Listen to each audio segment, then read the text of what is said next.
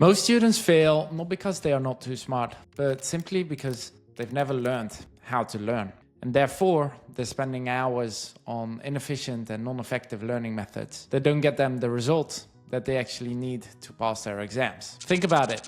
We spend 13,000 hours at school and 0 hours teach us about learning how to learn. I think that's a huge problem. The result of that is that around 90% of students use inefficient and not effective learning methods, such as rereading, highlighting, and rewatching their lectures. But here's the good news. Science found a lot of better ways to improve your learning. And today I'm going to break down research-backed study methods that are going to help you learn more in less time. My name is Tom Vorstel, also known as the Study Coach, and I help students and working professionals with science-backed learning, time management, and mindset strategies to beat procrastination and reach their academic goals without sacrificing their mental and physical health. Let's start with the problem with how we are taught to learn. Studies show that 80% of students have never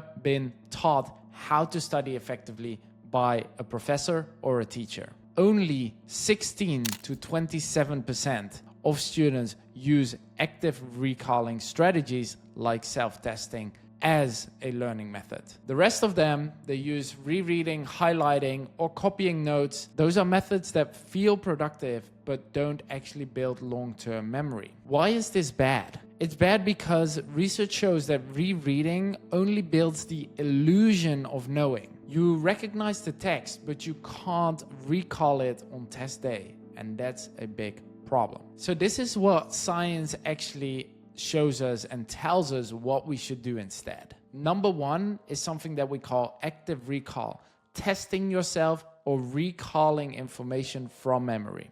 Research from Rudiger and Karpik in 2006 found that students who tested themselves remembered 50% more 1 week after compared to students who just reread their notes. So an example here, instead of rereading your biology book over and over, try to close the book and write down everything you remember from the concept of photosynthesis, for example.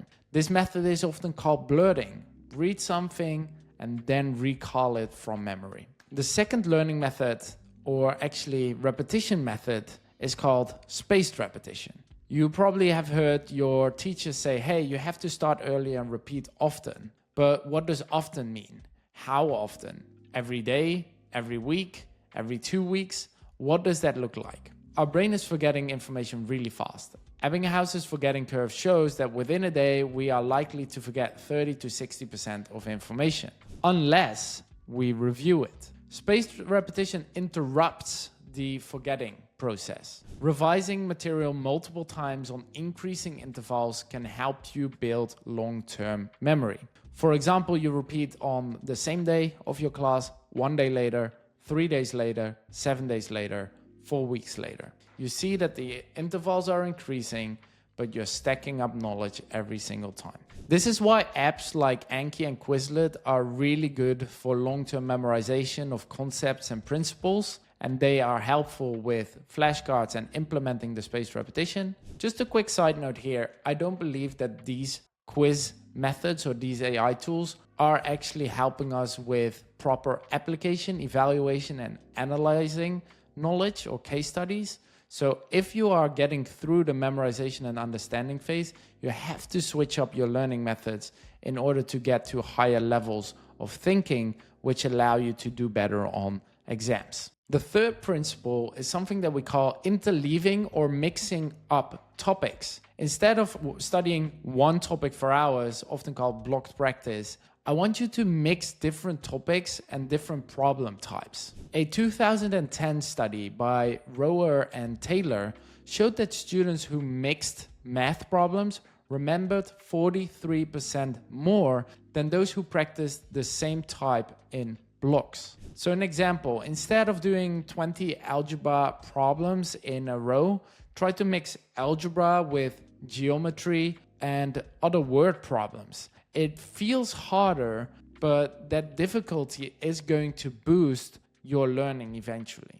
The fourth method is often called metacognition. In simple words, this means thinking about your thinking and continuously asking yourself questions. Why, how, when, where, what, etc. Memory sticks better when we can connect it to something that we already know, or if we can build a stronger relationship. So you want to ask questions like, why does this formula work? Or what is this formula actually telling me? How does this relate to something that I studied yesterday in class? Studies show that this method improves understanding and actual recall significantly compared to just memorization. The last thing I want to emphasize is that in learning, your mindset matters a lot. If you have a fixed mindset, believing that your traits are fixed and you can't learn or can't improve, then forget about learning.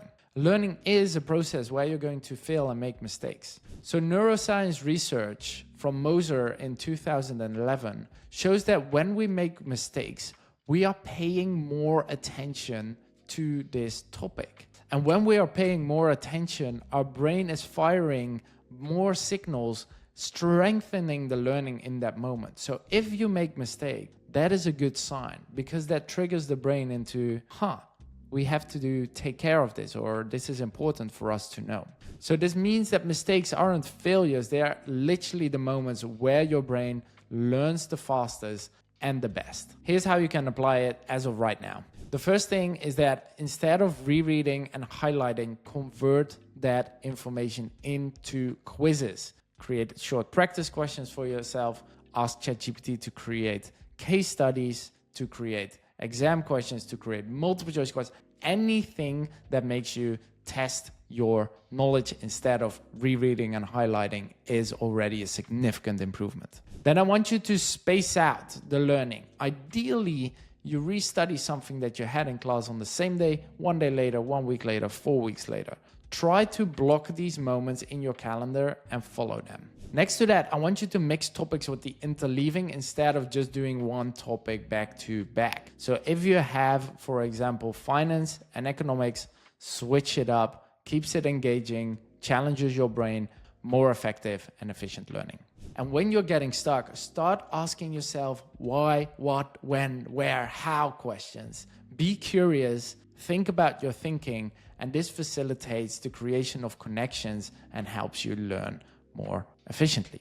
Don't fear mistakes, because remember, these mistakes are going to signal to the brain this is important, and you're more likely to remember the information. So the next time that you sit down to study, remember that it's not about putting in more hours and reading something again for the 10th time. It is implementing more efficient learning methods that are going to yield you the results that you're working so hard for. If you found this helpful, make sure to subscribe, because I'll be sharing more science-backed methods that help you learn more efficiently, manage your time, beat procrastination, be more productive, and anything else that you need to succeed in your academics. Wishing you an amazing rest of your day and looking forward to seeing you in the next one.